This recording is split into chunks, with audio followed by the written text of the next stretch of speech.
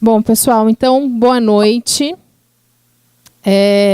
Queria agradecer mais uma vez a presença de todos vocês.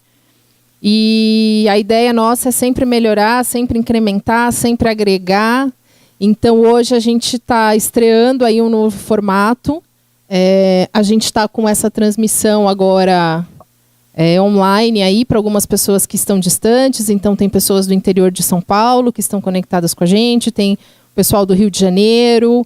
E a ideia é que esse grupo aí ele se expanda. Então, só para esclarecer um pouquinho, para as pessoas que estão em contato com a gente pela primeira vez, meu nome é Lívia, eu sou fisioterapeuta de formação, sou consultora da empresa CNPH, que é quem apoia esse grupo, que faz essas discussões, o Jean.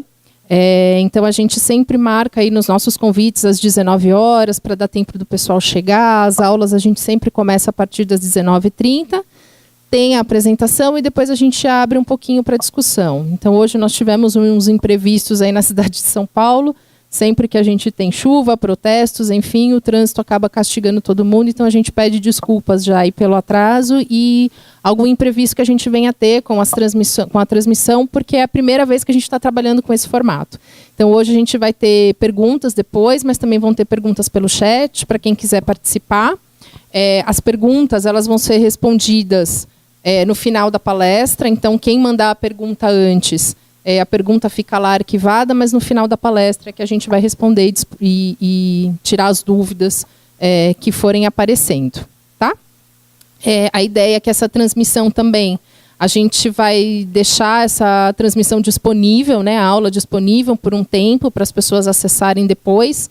Mas aí, aos poucos, a gente vai divulgando o acesso, passando o link para vocês no mailing, no cadastro que vocês deixaram ali na entrada. Tá bom? Então, hoje a gente vai discutir um assunto que para todo mundo que trabalha em terapia intensiva, é um indicador que tem um peso importante. E não foi à toa que a gente convidou o enfermeiro Leandro Hilário, né? Ele é enfermeiro intensivista pela PUC da Bahia. Ele é coordenador do grupo de prevenção de PAV do Hospital São Camilo e Santana. E para agregar ainda mais nessa formação, ele é cirurgião dentista pela Universidade Cruzeiro do Sul, especialista em reabilitação e estética oral pela Associação Brasileira de Odontologia. Então, acho que a gente vai ter bastante coisa aí para discutir com relação à pneumonia associada à ventilação mecânica, o que seria um pacote ideal para a gente. Tá? E não menos importante, meu amigo do coração. Lê, obrigada, viu? Oi, gente, boa noite. Antes de tudo, eu quero pedir desculpa pelo atraso, tá? Como vocês sabem, a gente vive em São Paulo e é uma terra de loucos. Saímos de casa super cedo, e aí pegamos chuva, pegamos trânsito e acabamos nos atrasando. Então, desculpa, tá? A Lívia teve a gentileza de me apresentar. A gente trabalhou junto, numa época, no hospital. E eu fiquei feliz de ver outros rostos aqui, de pessoas com quem eu trabalhei também. Muitos físios, super competentes. E eu quero agradecer a presença de vocês. Então vamos lá. Eu fui convidado para falar de PAV. PAV é uma realidade que tem me acompanhado desde quando eu virei enfermeiro intensivista, isso há 15 anos atrás. E como cirurgião dentista também é uma realidade, porque o cirurgião dentista hoje é um dos responsáveis para ajudar na prevenção de PAV dentro da UTI. Então, acho que acabou associando essas duas profissões, agregando valor na minha vida, e eu sinto que eu também posso contribuir um pouco com meus pacientes relacionados a esse cuidado. Então, a proposta nossa foi falar um pouco sobre o pacote de soluções ideal para esse paciente que pode estar apresentando um quadro de PAV. E aí a pergunta que vem para a gente assim é o que é PAV? Né? É uma sigla que é muito falada dentro do hospital e que muitas vezes a gente não entende, inclusive as complicações que ela pode trazer ao paciente. Então, PAV, ela é uma pneumonia. Então, é uma pneumonia associada à ventilação mecânica. E essa pneumonia, ela é uma infecção que o paciente não tinha antes de ter o tubo. Então, isso precisa ficar bem claro na cabeça da gente.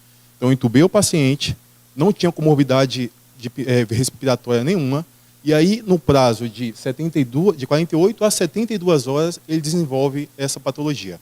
Tá? Então, por favor. qual é a ideia nossa, então?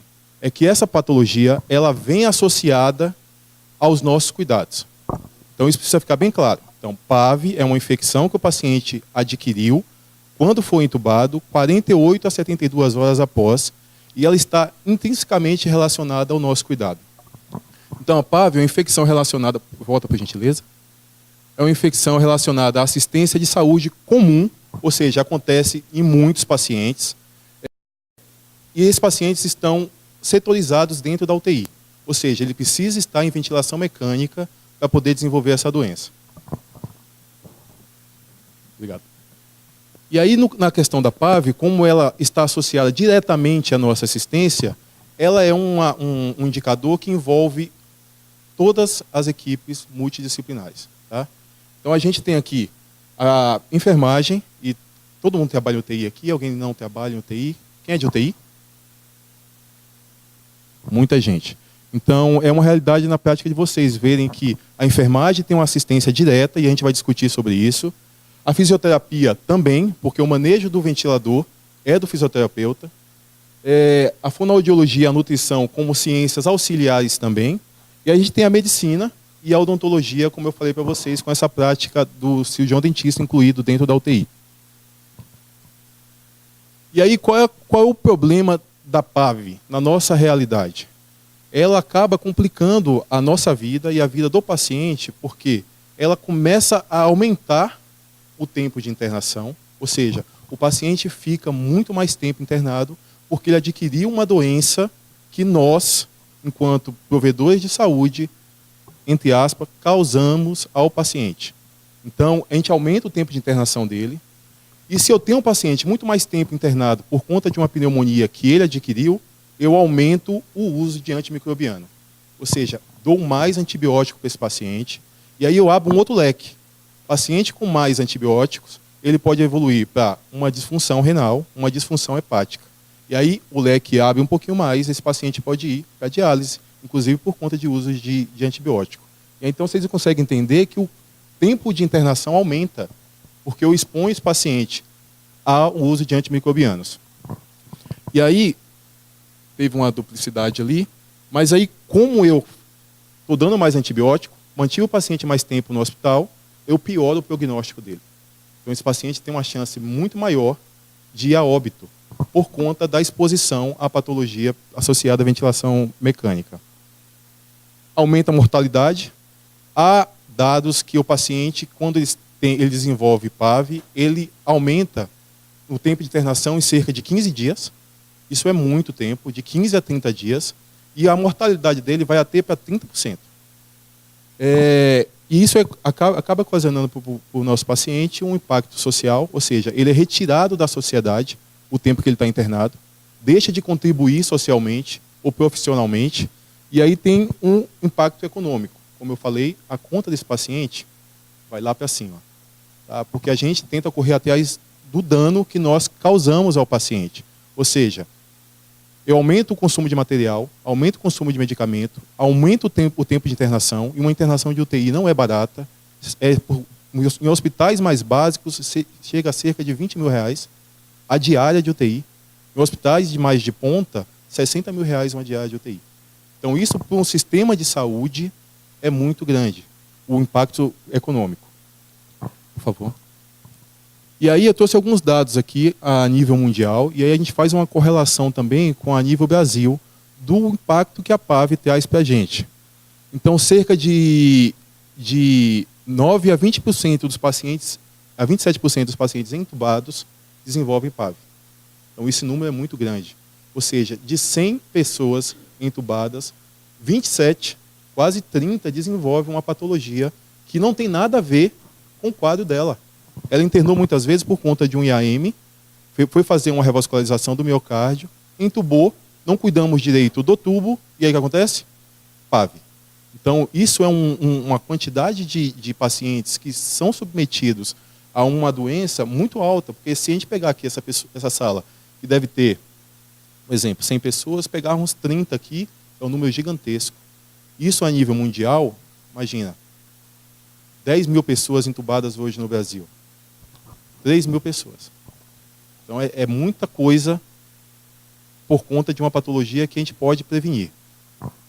Países em desenvolvimento, a mortalidade, no caso a morbidade por conta da PAV vai de 10% a 42%. Ou seja, aumenta ainda mais. A gente está falando de países da África e muitos países da América do Sul. No caso do Brasil, a gente tem uma taxa aqui que ela fica flutuando ali entre 16% e 21%. Ainda é alta. Infelizmente, ainda é alta. Então, o nosso papel aqui hoje é conscientizar todos os profissionais de saúde envolvidos no cuidado, porque a nossa atuação é que a gente tenha que diminuir esse número para 0. Então, a campanha hoje é PAV 0, porque é algo completamente que eu posso prevenir, é algo que eu posso intervir ali e tratar aquela situação. E aí, a pergunta que eu faço para vocês, como é que eu construo um diagnóstico de PAV? Como é que eu sei que o paciente tem PAV? Então, olha, o médico passou no beira-leito ali, e aí durante a visita multidisciplinar ele falou, esse paciente desenvolveu PAV. E como é que ele chegou a essa conclusão? E como nós podemos chegar a esse diagnóstico? Então, é importante a gente pensar nisso, porque quando eu entendo como é que a PAV é construída, como é que eu chego a essa conclusão, eu consigo também intervir ali e prevenir que isso aconteça.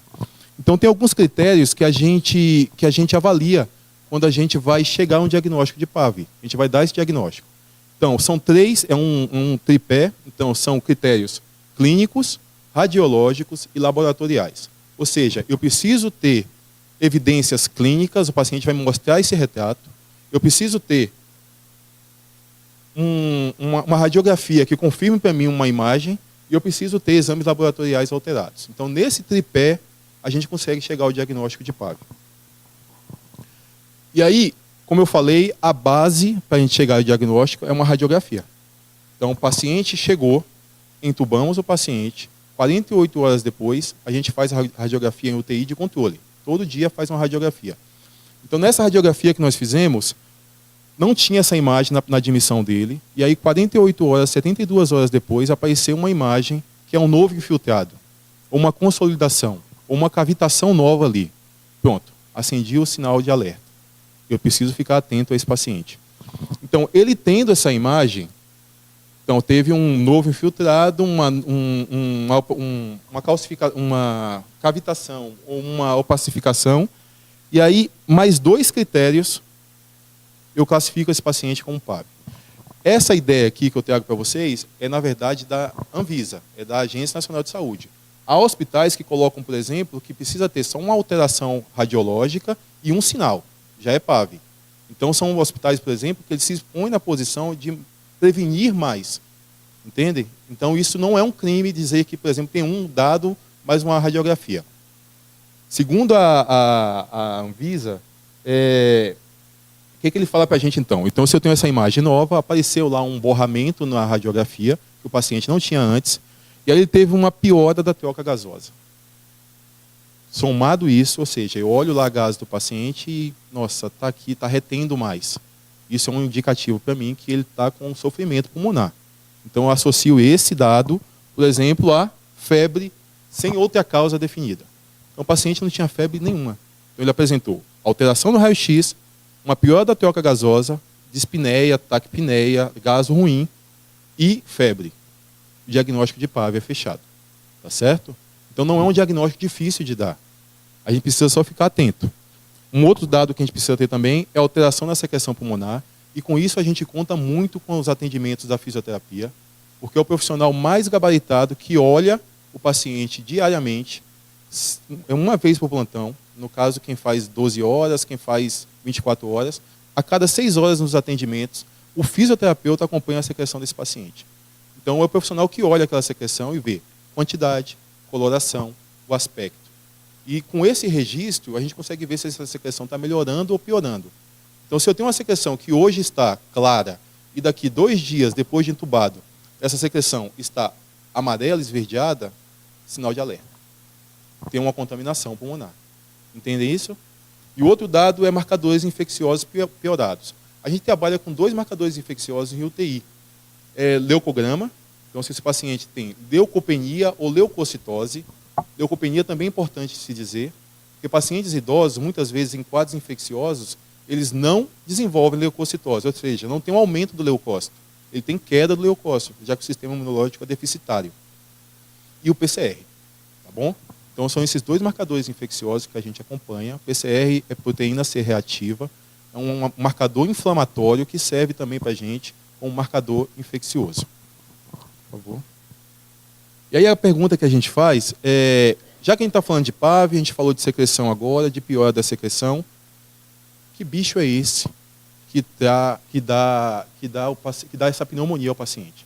Então, que micro-organismo é esse?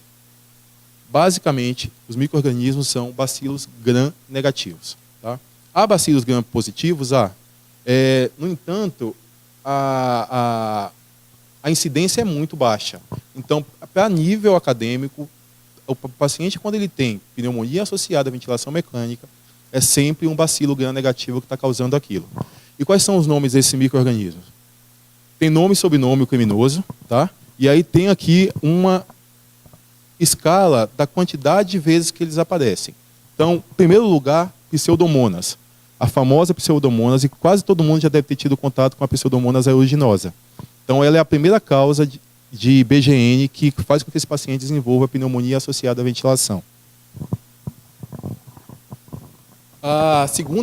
O segundo micro-organismo é o Staphylo aureus. Em 20% dos casos, o paciente desenvolve a pneumonia por conta desse micro-organismo. Obrigado, Lívia. O Acinetobacter também, em terceiro lugar. A Klebsiella e, por fim, o Enterobacter sp. Então, a gente tem outros micro-organismos, temos. O Proteus, por exemplo, aparece muito, só que não tem uma incidência tão alta quanto esses outros 5 criminosos aqui dessa quadrilha do BGN, tá bom? E aí, quais são os pontos de atenção que eu preciso ter quando esse paciente tem risco de desenvolver o PAV? Então, o primeiro ponto é o paciente precisa estar entubado, tá bom? Então, ele entubado, o que eu preciso ficar atento? Colonização do teatro aéreo superior,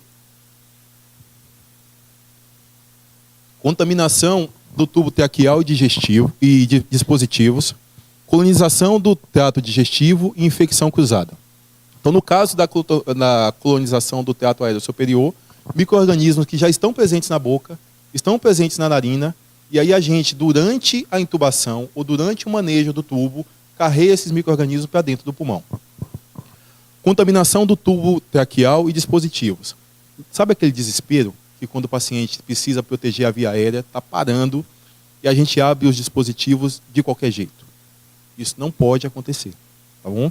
Porque a partir do momento, apesar de ser um meio contaminado, a partir do momento que eu pego a minha mão no tubo, que não está protegido da maneira que deveria estar, e aí passo para o médico, que pega com a mão dele também, e aí, junto com o micro-organismo do laringo, eu empurro tudo aquilo para onde? Dentro do pulmão. Então, o risco de eu contaminar esse paciente é muito maior. E os dispositivos? Que dispositivos são esses? Sonda, que quando a gente vai aspirar, a gente não faz o procedimento asséptico. Inaladores que estão contaminados, e aí eu faço a inalação, carrego tudo para dentro do paciente. Então, esses pontos a gente precisa ficar atento também, porque às vezes passa despercebido na nossa prática clínica, mas é de suma importância que a gente fique atento a isso. Colonização do trato digestivo é uma outra coisa também. Paciente, então, a gente está protegendo a via aérea, o cuff está bonitinho, a gente está aspirando esse paciente, e aí numa mobilização, o paciente vomita. Para onde vai essa secreção se a gente não estiver protegido direitinho? Para o pulmão. Então, a colonização também do trato digestivo pode impactar na PAV. E, por fim, infecção cruzada. É quando a gente não lava a mão entre um paciente e outro.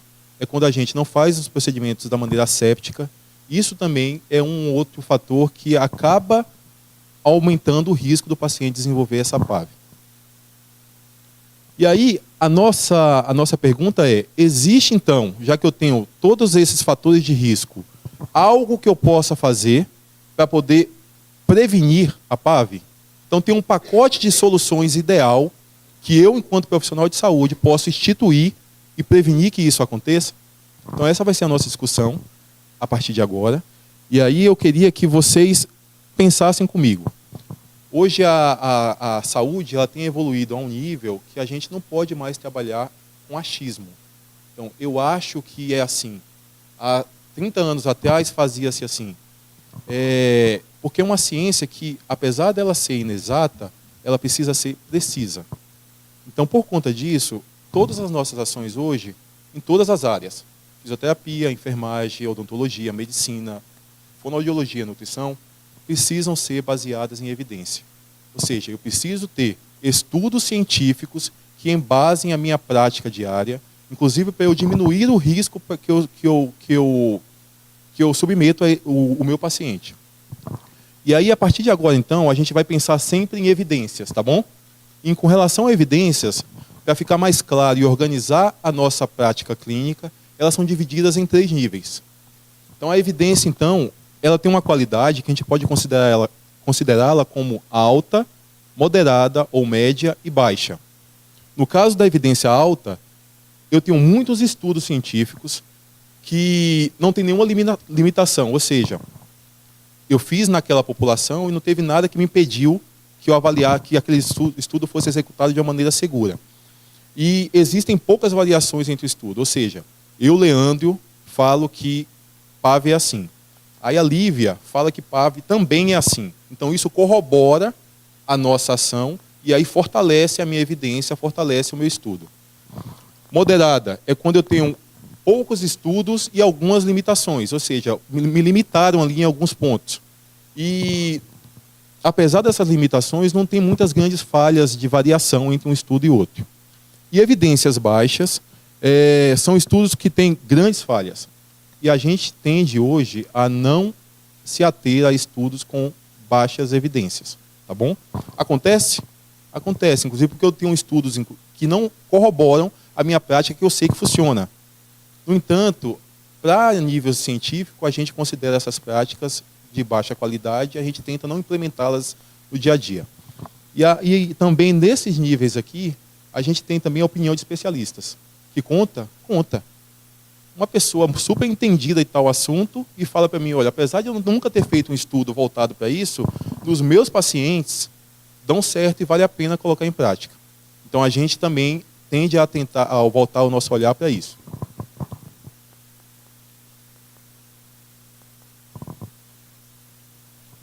E aí, dentro das evidências que a gente levantou para a PAV, decúbito elevado é uma das evidências que a gente traz aqui e que funciona. Pode dar mais um clique para mim? No entanto, é baixa evidência. Ou seja, os artigos que a gente tem, a literatura científica que a gente trabalha, coloca mudar decúbito do paciente e manter decúbito elevado como baixa evidência para prevenir PAV. Só que a gente continua fazendo, né? Porque funciona, tá bom? Apesar dos estudos dizerem para a gente que são baixas evidências, ou seja, não tem tantos estudos que corroborem aquilo, no nosso dia a dia a gente sabe que manter o paciente de 30 a 45 graus, decúbito elevado, diminui o meu risco de ter PAV. E aí, no caso de pacientes que geralmente que estão entubados, eles precisam de um aporte nutricional. Esse paciente está com a sonda nasentérica. Então, com a sonda nasentérica ali, se eu ponho um decúbito baixo, o que acontece com o conteúdo gástrico? Regurgita, ele vai pôr esse conteúdo de volta para a cavidade oral e de lá tem um risco grande de ir para o trato respiratório. Então, manter o decúbito elevado com pacientes com sonda nasentérica é o gold standard, é um padrão que, apesar de as evidências dizerem como baixa, funciona no caso da PAV. Lembra lá dos fatores de riscos que eu tinha falado para vocês?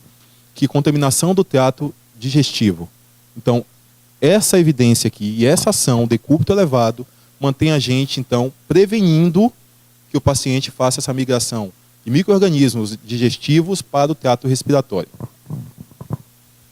Pressão de Cuff. Pressão de Cuff pode dar mais um clique para mim, por favor? Uma evidência moderada. Tá? Aí você fala, nossa, moderada? Eu sei que pressão de Cuff tem que ficar lá em cima, o tempo inteiro insuflado o balonete do paciente.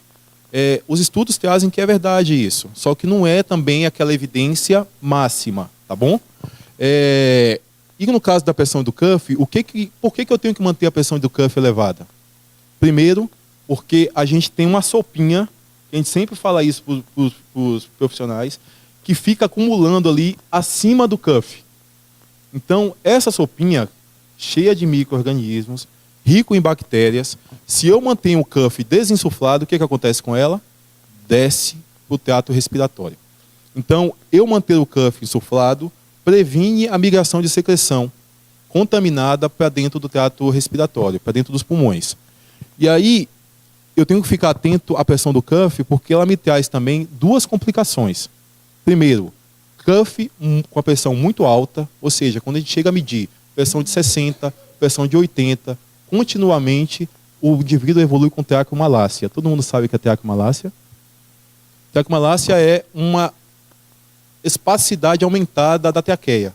Então o indivíduo fica com a traqueia mole, ou seja, ele perde consistência muscular ali por conta do dano que a gente está dando para ele com cuff insuflado.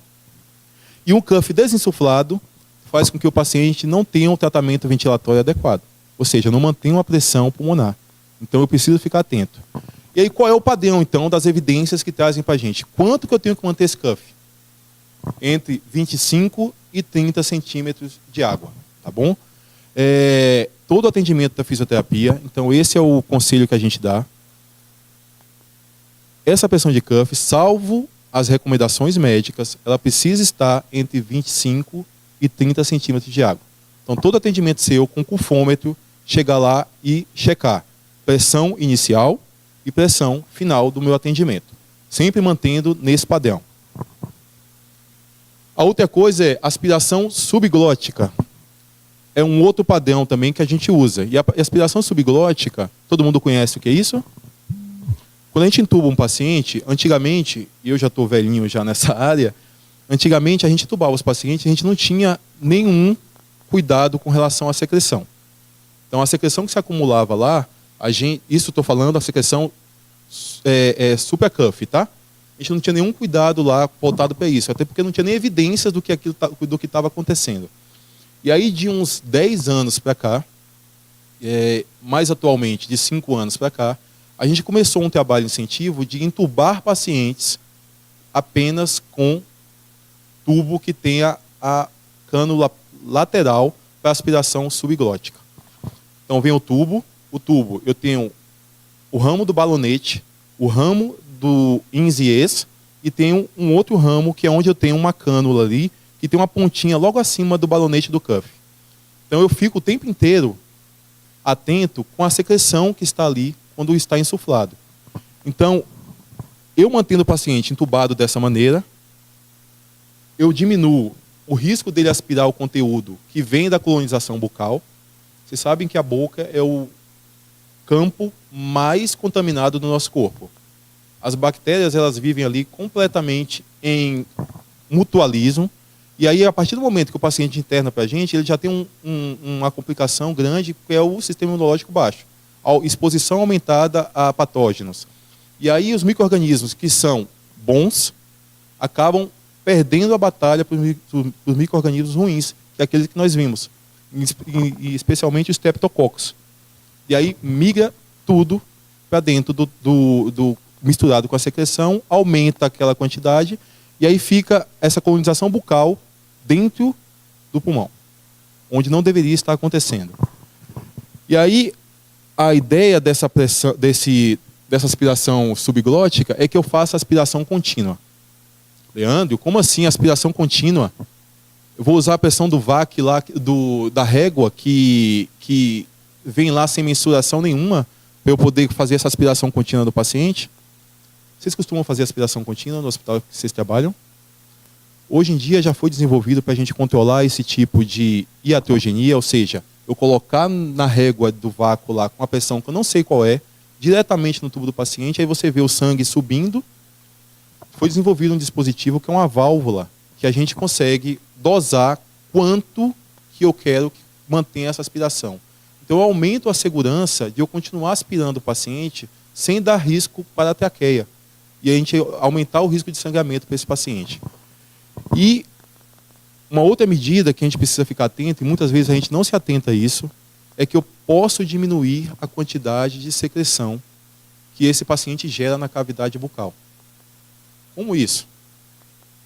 Qual a medida que vocês costumam usar nos hospitais de vocês? Propantelina é uma delas. Mais alguma? Atropina e Buscopan. Isso aí. São as 3 medidas farmacológicas que a gente usa para secar a saliva do paciente. É temporário. É o tempo que ele está entubado. A gente submete o paciente a esse tratamento para eu, inclusive, diminuir a colonização bucal e diminuir o risco dele aspirar essa secreção traqueal. Tá bom? E aí a evidência que a gente tem aqui de aspiração subglótica é moderada. Tá bom? Aí chegou o meu campo, que é a higiene oral. Higiene oral é algo que a gente não fazia em pacientes entubados, certo? A gente não fazia. Ninguém se preocupava com a higiene oral desse paciente. E aí quando a gente ia examinar o paciente por qualquer motivo, na cavidade oral dele, tinha placas bacterianas gigantescas, porque a gente não tinha esse olhar voltado. Então, no caso da higiene oral agora, nós desenhamos alguns protocolos, e aí isso depende de hospital para hospital. Mas o padrão é que o paciente tenha a higiene oral realizada de 6 em 6 horas. Tá bom? O paciente não está comendo, Leandro. 6 em 6 horas. Tá bom? O paciente está com a boca muito seca, de 6 em 6 horas. Tem mucosite na boca do paciente, de 6 em 6 horas. Tá certo? Porque isso eu consigo controlar a quantidade de micro-organismos que tem ali na cavidade oral. Lembra que eu falei para vocês que um dos riscos é a migração dos micro-organismos para dentro do trato respiratório? São micro-organismos da boca. Então, se eu consigo reduzir isso, já é um grande passo. A outra coisa é, nós temos uma escova hoje no mercado, na verdade são várias escovas, que são escovas com aspiração. Ou seja, eu tenho uma escovinha, que é uma haste rígida, e aí ali eu coloco o produto que eu uso para higienizar e ao mesmo tempo eu aspiro o conteúdo. Por quê? Eu muitas vezes podia fazer uma higiene com o paciente com Clorex ali e eu não aspirava aquele conteúdo, eu só fazia carrear mais micro-organismos que estavam na boca para lá para o fundo da traqueia. Tá bom? Então esse mecanismo de uma escova com aspiração veio acrescentar muito para a gente. E o que a gente usa de produto? Não é a Colinos, tá bom? Quem é velho aqui conhece a Colinos. A gente usa clorexidina 0,12%.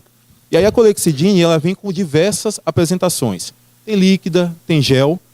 O padrão é usar gel, porque se eu uso gel, eu consigo aderir melhor.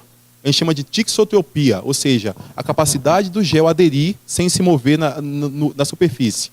Então, com o gel, com a clorexidina gel, eu diminuo o risco, inclusive, de eu carrear micro-organismos através do líquido, né, que eu faria com líquidos, lá para o fundo e ficar mais difícil de aspirar. E eu tendo esse padrão de atendimento aqui, é comprovado pelos artigos que todo paciente que faz higiene oral nesse nível, de 6 em 6 horas com clorexidina a 0,12%, diminui de 10% a 30% a possibilidade de desenvolver pneumonia associada à ventilação mecânica. Tá bom? Então aí fica a importância para a gente. O nível de evidência é moderada. E aí a gente vem agora discutir um outro ponto dentro da PAV, que é a sedação do paciente. Muita gente não dá importância para isso, tá bom? Mas a sedação do paciente, e vocês enquanto fisioterapeutas têm esse entendimento, que quanto mais tempo o paciente fica sedado, menos ele usa a musculatura respiratória. E aí para ele sair desse tubo é muito mais difícil. É esse entendimento que vocês têm, não é? Então, enquanto pneumonia, eu quero tirar o tubo desse paciente o mais rápido possível.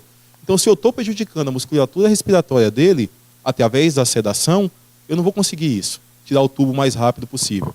Então, a gente precisa ter esse entendimento que a sedação é um fator que ajuda a ter determinado momento e se ela estende durante muito tempo, ela complica a condição do paciente. Essa é uma flor de papoula. Papoula é de onde foram derivados os opioides. E no caso dos sedativos, a ideia nossa é que o paciente não fique dependente dessa sedação, desses opioides. Então, como é que eu faço esse teste? Intubei o paciente, mantive ele em sedação. Intubação é desconfortável? O paciente agita muito, mas se eu conseguir manter esse paciente entubado com um mínimo de benzodiazepínico, um mínimo de sedação, eu vou ter um acréscimo gigantesco para esse meu doente. Por que benzodiazepínico? Benzodiazepínico, ele circula muito no organismo do indivíduo, e aí demora muito para a gente conseguir desmamar aquilo, ou seja, o paciente fica muito mais tempo sedado quando eu uso benzo. E a gente tem um padrão que é chamado de despertar diário. Então, o paciente está entubado, durante a avaliação da visita multidisciplinar, esse paciente tem que ser previsto com uma possibilidade de ficar um tempo sem sedação. Isso por quê? Primeiro porque eu consigo avaliar a possibilidade dele ficar sem o tubo mais rápido, ou seja, se o paciente está sem sedação e tem drive respiratório, eu posso tirar esse tubo mais rápido, certo? E aí, eu mantendo ele um tempo sem sedação também, eu consigo forçar mais a musculatura respiratória. E aí esse paciente não fica tão fragilizado, tão fadigado, quando a gente quando a gente prevê que ele seja estubado. Então, se possível, eu tenho que evitar a sedação no paciente. É difícil? É. A gente sofre junto com o doente. Porque o paciente está agitado lá e a gente quer sedar o paciente, a gente quer deixar ele em modo controlado o tempo inteiro, porque é mais fácil para a gente, que o ventilador não para de apitar. No entanto, não é o melhor que a gente está fazendo para esse doente. E aí o nível de evidência para a sedação é alto. Então a gente começa a trabalhar agora com evidências altas, ou seja, eu preciso fazer isso. Se eu não fizer isso, eu estou fazendo uma complicação para o meu paciente. E aí a gente vem agora para uma perspectiva que é o tubo endotraqueal. Para eu evitar que esse paciente tenha PAV, eu não posso pôr o tubo nele. Tá bom? É difícil, né? No entanto, a gente vê muito na prática clínica que muitos pacientes são entubados, muitas vezes, sem necessidade. Tá? E aí, inclusive em serviços públicos, onde tem muito residente, tem muito aprendiz, a gente vê entubando pacientes que não têm necessidade de serem entubados. E aí a gente precisa ter essa percepção. O que é uma emergência respiratória, o que é um DPOC e um edema agudo de pulmão, que eu posso tratar com pressão positiva. Tá? Então, ter esse entendimento, quais são as diferenças e qual é a necessidade desse paciente ser realmente entubado, é o que vai garantir que esse paciente fique sem um tubo. Tá bom? Então, se possível, não entubem. Tá? Porque paciente entubado tem um risco maior de desenvolver PAV. E aí, o nível de evidência disso é alto. Claro, né? Então, se não tem tubo, não vai ter PAV. Tá ok?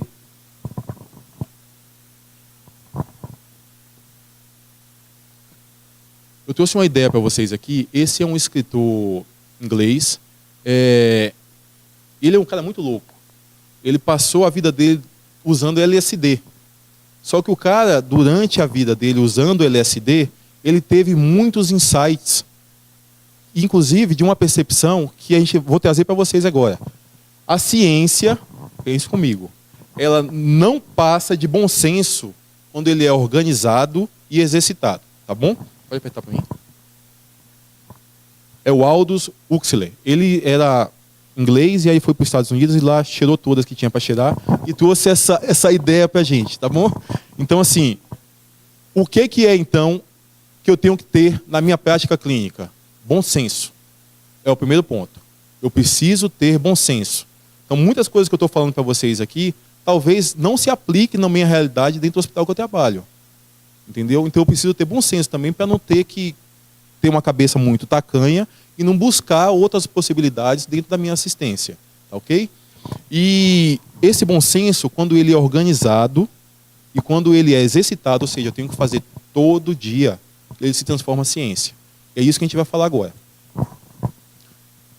A ciência que eu tenho para trazer para vocês aqui, nada mais é do que o bundle da PAV. A gente não discutiu algumas ações lá na frente?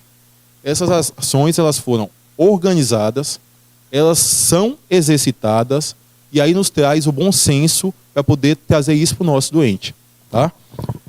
O bundle da PAV nada mais é do que 5 ações. Obviamente que eu tenho uns complementos ali, e depende muito de cada prática, mas são 5 ações que eu devo ter com o meu paciente entubado para evitar que esse paciente tenha pneumonia associada à ventilação mecânica. Então, a primeira delas, a gente já discutiu, que é o decúbito elevado. Tá? Atendi o paciente, acabei de fazer fisioterapia motora nele, e aí mobilizei o paciente inteiro, decúbito 0. Não, isso não pode acontecer.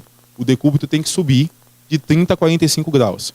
O paciente vai comer, enfermagem, o paciente vai comer. Quanto é que tem que ficar o decúbito? 60 a 90 graus. tá bom? Isso, no caso da pneumonia, isso não acontece, mas nos outros pacientes que podem desenvolver pneumonia nosocomial é a mesma coisa. Então, de 60 a 90 graus para esse paciente comer, pelo risco dele broncoaspirar, tá ok? Segunda coisa, higiene oral. A higiene oral, eu tinha falado para vocês de clorexidina a 0,12%. Não é uma realidade de muito serviço, inclusive porque a escova que a gente usa com o sistema aspiratório, ela é cara, tá?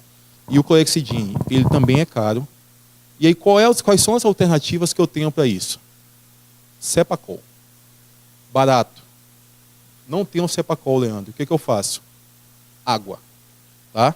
Então, água com fricção, eu consigo tirar micro-organismos. A ideia é essa, eu diminuir a quantidade de micro-organismos dentro da cavidade do paciente. No caso da clorexidine, a gente tem uma ressalva para fazer. A clorexidine, ela é um potente antisséptico. E aí, pacientes que ficam muito tempo entubados usando clorexidine, eles podem desenvolver manchamento dentário, tá bom? Dentro comparar o manchamento dentário com a pneumonia, que pode levar à morte, a gente fica com manchamento dentário, tá bom? Então vamos tentar estimular esse uso da clorexidine. Se não tiver Cepacol, colutório ou outro, se não tiver gase com água. A ideia é fazer fricção e tirar aquele biofilme que pode estar gerando micro-organismos lá dentro. Pressão do cuff. Todo mundo entendido com relação à pressão do cuff? Isso é uma responsabilidade da fisioterapia, tá bom? Todo mundo tem que estar atento a isso, obviamente. Então, a enfermagem que for atender o paciente tem que ficar atento. Sibilou, alarme apitou. Físio, você pode ver a pressão de cuff para mim? Que a ideia é manter de 25 a 30 centímetros de água. Aspiração subglótica. E, por fim, o desmame da sedação. Que a gente vai tentar estimular isso aí, fazer o despertar diário do nosso paciente. Pode passar, por favor. E aí eu trouxe para vocês, então, algumas estratégias de implementação do bundle da PAV dentro da realidade de vocês. A primeira coisa é educação continuada, tá bom?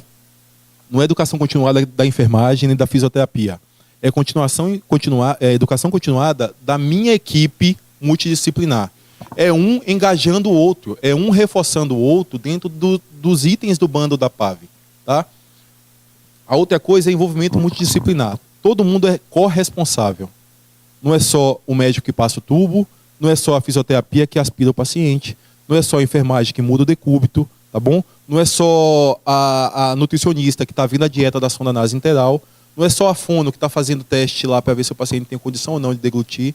Na verdade, somos todos nós, cada um compondo um pedacinho desse quebra-cabeça chamado prevenção de pneumonia associada à ventilação. Uma outra coisa que a gente precisa fazer também é levantamento e comparação dos nossos dados.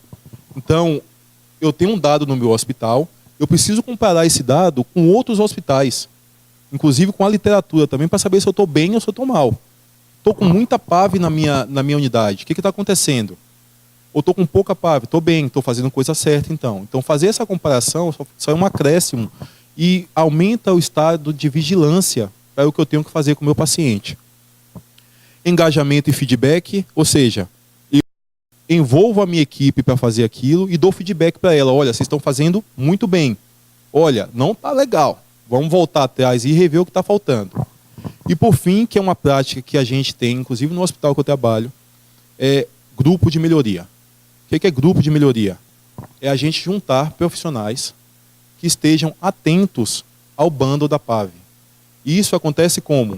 Através da auditoria. Então, a gente tem aqueles itens, no hospital que eu trabalho hoje, que é o Hospital São Camilo, a gente tem dentro daqueles itens do bundle da PAV, a gente fez um instrumento de auditoria. Então, todo dia, compartilhado com a fisioterapia, a enfermagem, nós passamos no leito do paciente fazendo o checklist daquele bundle. Ou seja, o paciente está com decúbito elevado, o paciente tem aspiração subglótica ligada, o paciente está com sedação e pode ser desmamada, o paciente tem higiene oral efetiva. E qual é o outro item?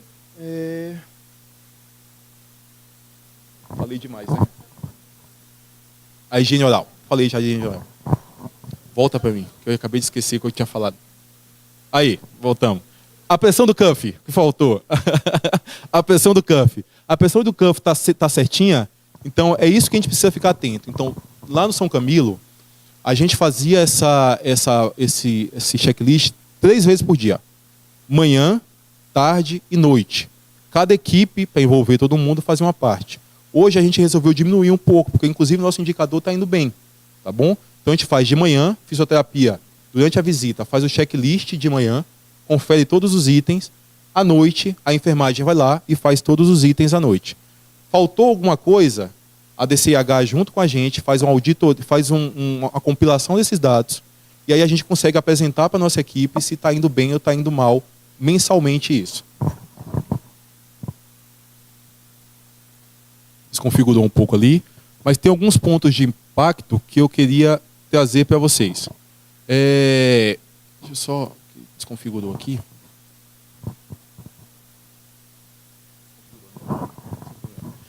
Quais são os pontos de impacto, então, que eu preciso ficar atento na minha prática clínica?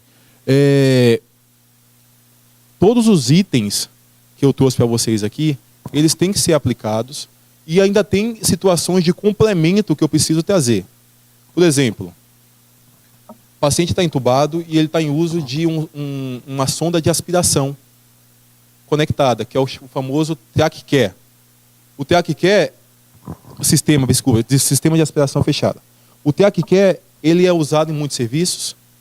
A maioria dos serviços ele é uma realidade e é bem-vindo. Tem evidências para ele? Não. Mas a gente sabe que a nossa prática clínica funciona. Então a gente mantém o sistema de aspiração fechada. Circuito do paciente. Troca dele toda vez que o paciente faz é bem-vindo? Depende da rede do hospital. As evidências mostram para a gente que quanto mais fechado for o sistema, melhor para o paciente. Tá bom? E aí a gente tem também conjunto de medidas básicas. Lavar a mão é uma delas. Respeitar o isolamento é outra delas. Tá bom? E as mais avançadas, que é como eu trouxe para vocês no bundle. Eu queria salientar que não existe uma única medida que vai fazer com que o paciente previna a PAV. É um bloco de medidas. E esse bloco para a gente aqui é o que a gente acabou de apresentar agora, que é o pacote de solução ideal. É trazer essas 5 medidas para a prática clínica de vocês. E aí eu queria só trazer uma reflexão breve. A gente está acabando já, tá? Esse ano foi um ano esse mês, né? Mês passado. Foi um ano de morte do Ayrton Senna. E, na verdade, o Ayrton Senna, para mim, é o herói nacional, assim. É a pessoa que representou o Brasil muito bem. Eu me lembro de criança, era uma febre, todo domingo, todo mundo queria assistir corrida.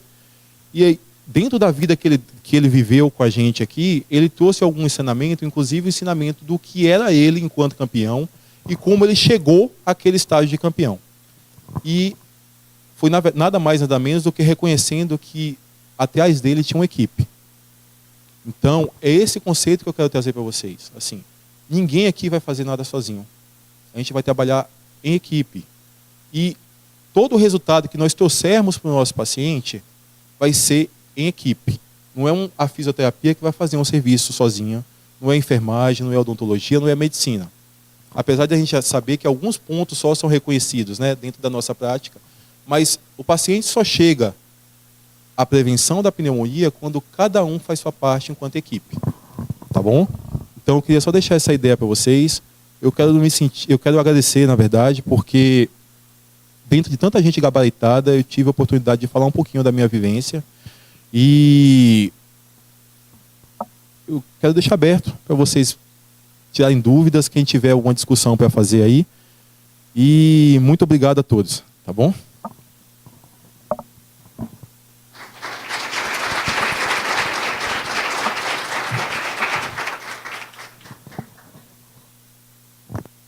Alô.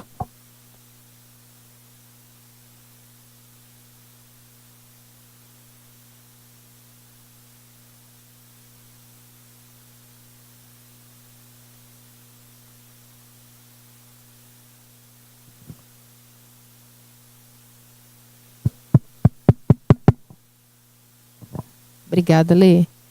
Gente, alguém tem alguma pergunta aqui para fazer? Se ninguém tiver, eu tenho um monte. Eu fiz uma lista aqui de perguntas. Pessoal do chat aí tem?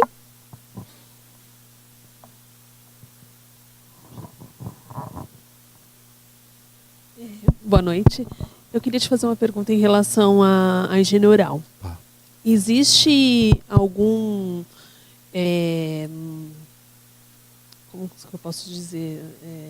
Uma maneira adequada de você fazer a fricção? Quanto tempo?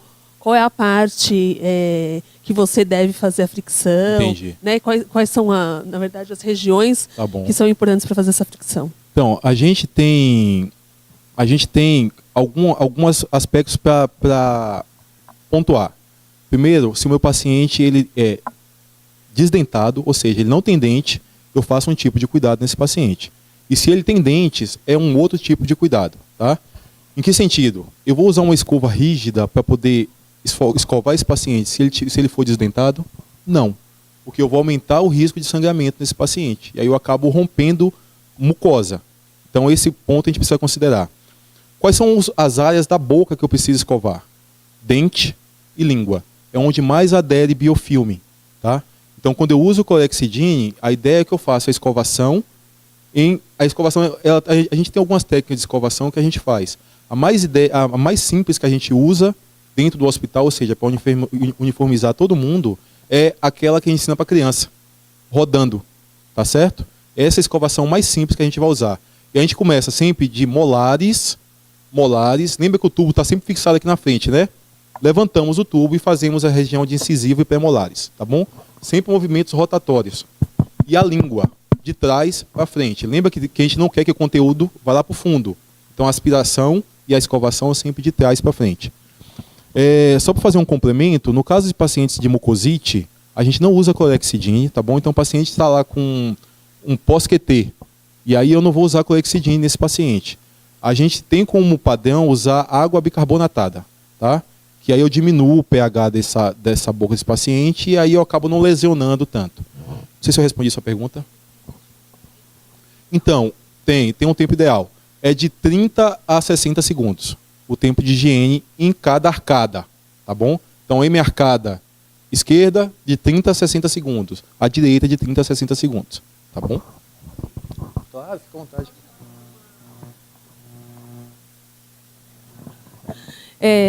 Mais uma pergunta.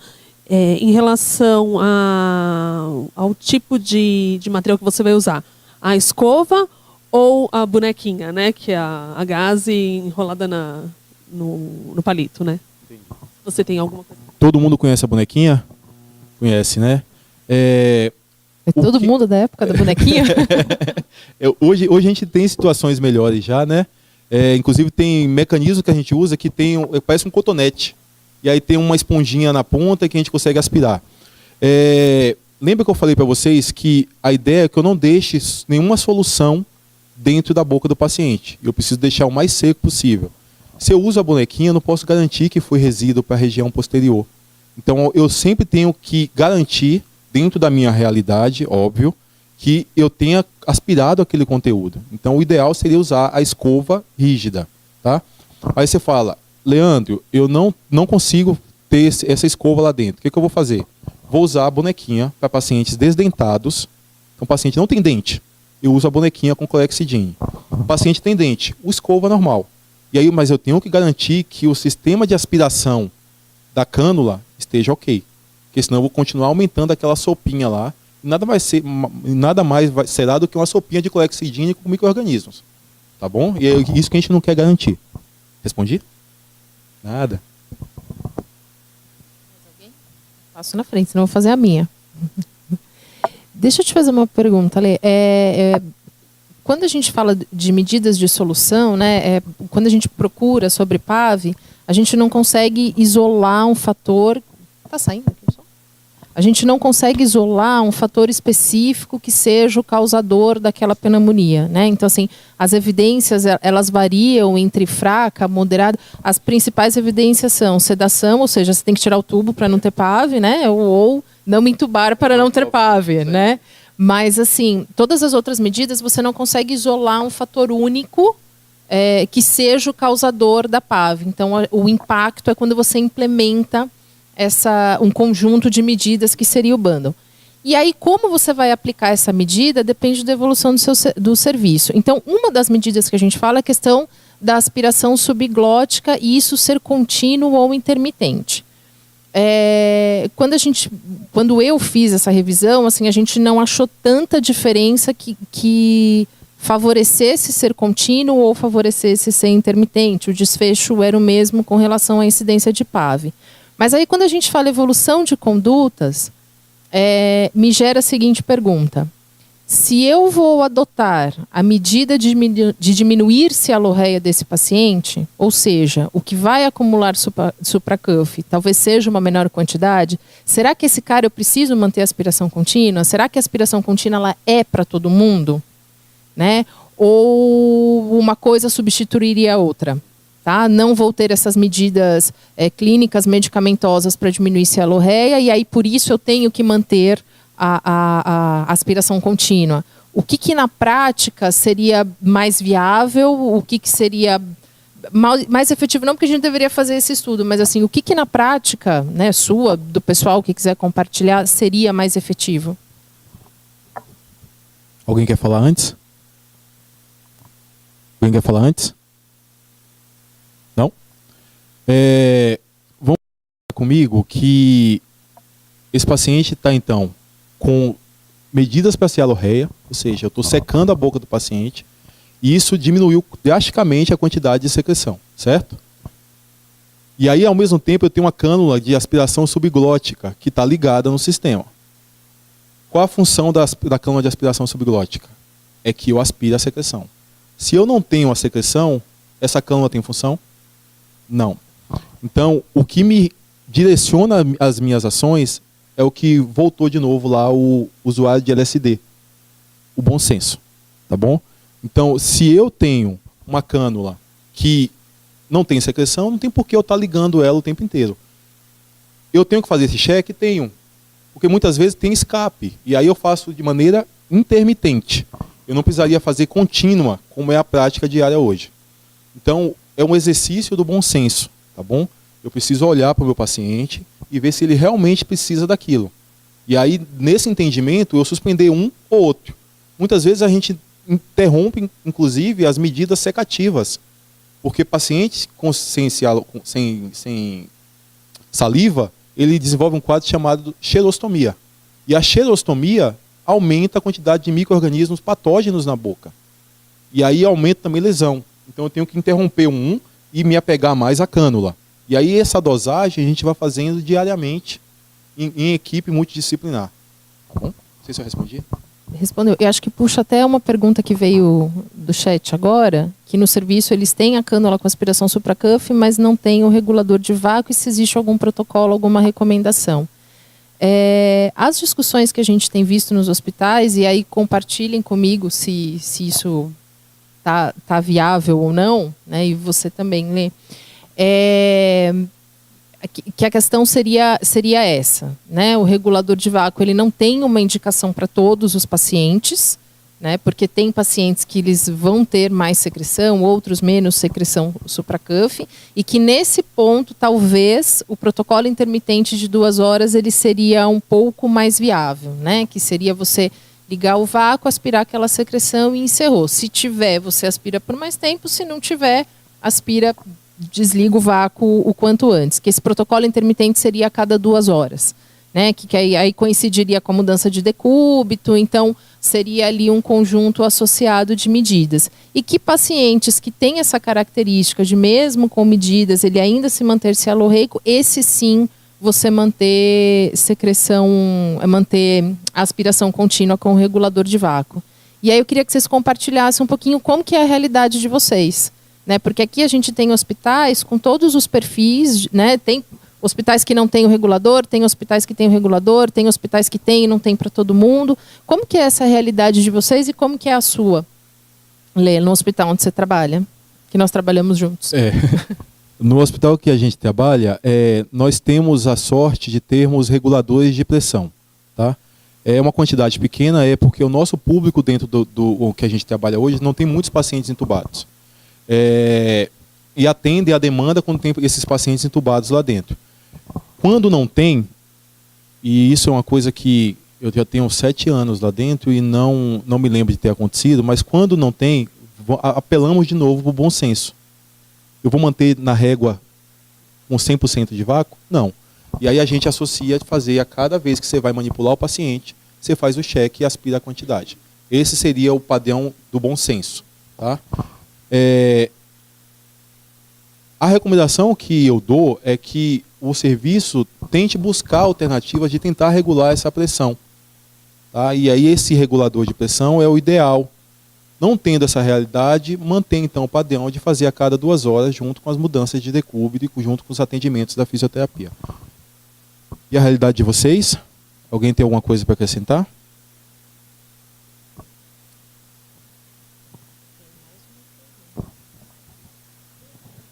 Eu fui anotando ali várias coisas com relação. Mas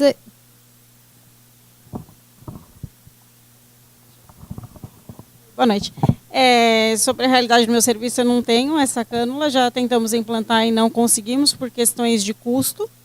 E a minha pergunta é em relação à análise da adesão, porque tem o conceito do tudo ou nada e como que você faz a sua análise, já que é coletada em 2 períodos. É isso que eu queria saber. Deixa eu ver se eu entendi sua pergunta.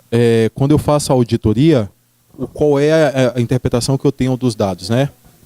Então, a gente tem lá, então, conforme, não conforme e não se aplica. Então, são os 3 itens que a gente nomeia para poder identificar se esse paciente está obedecendo ou não o bundle. Então, no caso de decúbito, eu passei a visita, olhei para o meu paciente, está com decúbito 30 a 45 graus, conforme. Não está? Não, conforme. É dual. No caso da aspiração subglótica, ele tem a cânula, para mim seria o quê? Conforme. No entanto, o que interessa para mim é se essa cânula está sendo usada ou não. Então é isso que eu observo. Se ela está conforme ou não conforme dentro do sistema de aspiração. Sedação.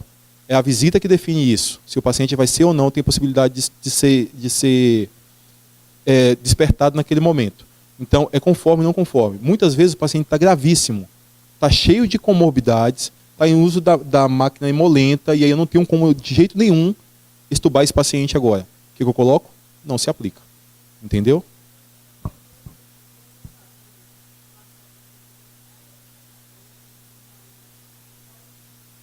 Uhum.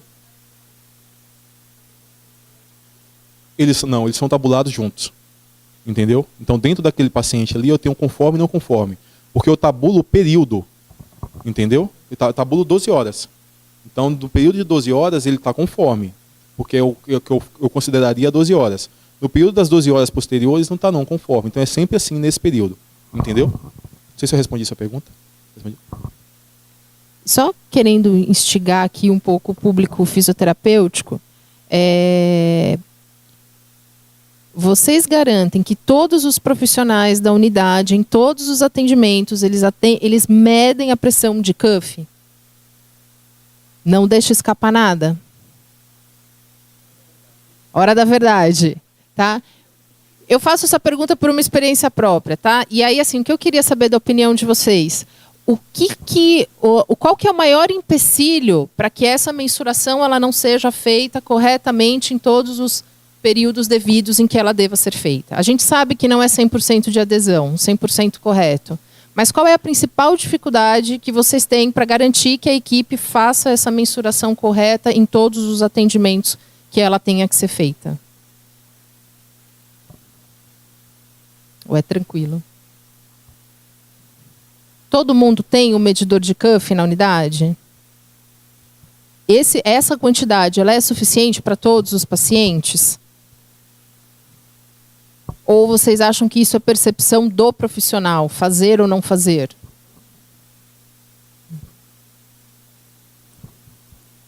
A gente conversa comigo. Muitos burburinhos. Fala comigo. Poxa vida. Tô me sentindo falando sozinha aqui, pô. O que é limitante? Eu lembro que na UTI que eu trabalhava, isso era uma coisa limitante. Apesar de a gente não ter muitos pacientes, né, em ventilação mecânica, mas era uma UTI muito grande, né? Era uma UTI de 50 leitos. E aí você tem um medidor de cuff por unidade, né? Tudo que você dificulta a adesão do profissional, você dificulta a adesão à conduta, né?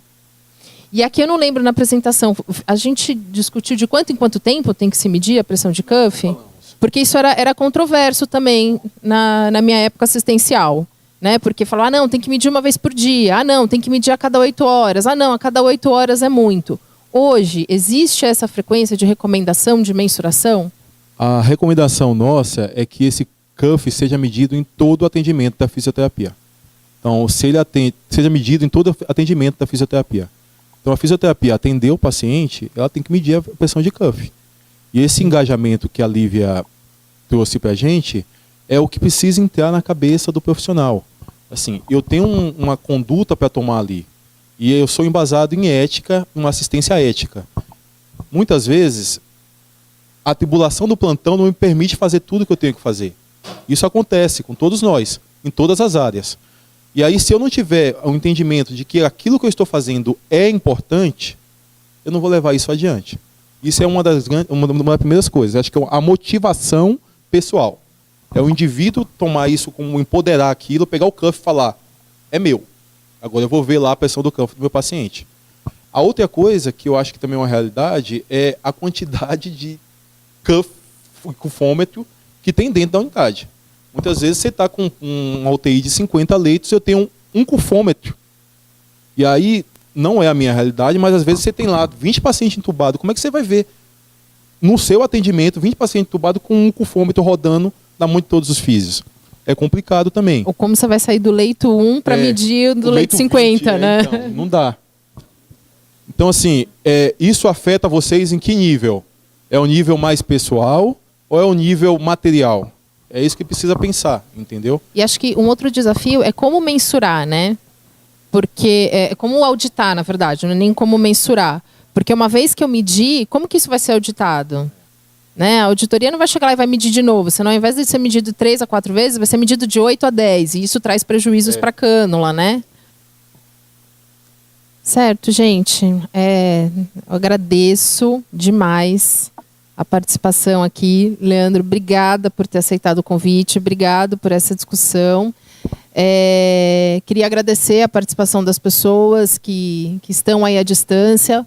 Pedir desculpas aí pelos imprevistos, mas formato que a gente está testando e eu espero que a gente possa manter isso frequente e ampliar esse nosso leque de discussões e levar isso para o país inteiro. Então aqui a gente tem Nordeste, interior de São Paulo, Rio de Janeiro, enfim, que todos possam estar aqui presentes com a gente, tá?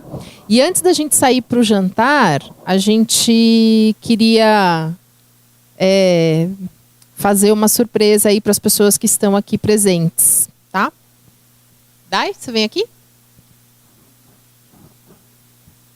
A gente trouxe aqui algumas lembrancinhas para vocês, mas a gente vai sortear as pessoas que vão receber essa lembrancinha. Você, por favor, explique o processo. Todo mundo pegou o ticketzinho do jantar? Pegou?